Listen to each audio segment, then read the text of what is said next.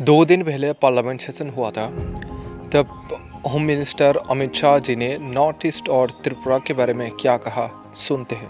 पूरा अरुणाचल, सभी गांव जी सुन लीजिएगा, पूरा अरुणाचल इनर लाइन परमिट से प्रोटेक्टेड है।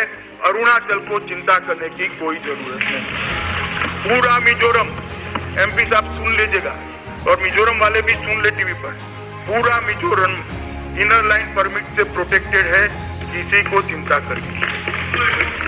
मान्यवर, पूरा नागालैंड इनर लाइन परमिट से दीमापुर के छोटे से हिस्से को बात कर पूरा प्रोटेक्टेड है, पूरे नागालैंड को चिंता करने की जरूरत है।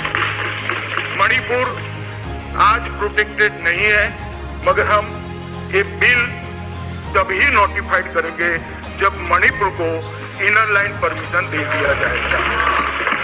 त्रिपुरा के अंदर भी त्रिपुरा ट्राइबल एडीसी क्षेत्र में ये भी लागू नहीं होगा और एक हाई लेवल कमेटी ट्राइबल समुदाय के हितों की रक्षा के लिए जो बनाई थी उसको और विस्तृत कर उनके सारे हितों की चिंता भारतीय जनता पार्टी की नरेंद्र मोदी सरकार कर रही है। सो ये है होम मिनिस्टर अमित शाह जी के भाषण। एंड आप लोगों को क्या लगता है, आप कमेंट करके बताइए, आपका फीडबैक क्या है।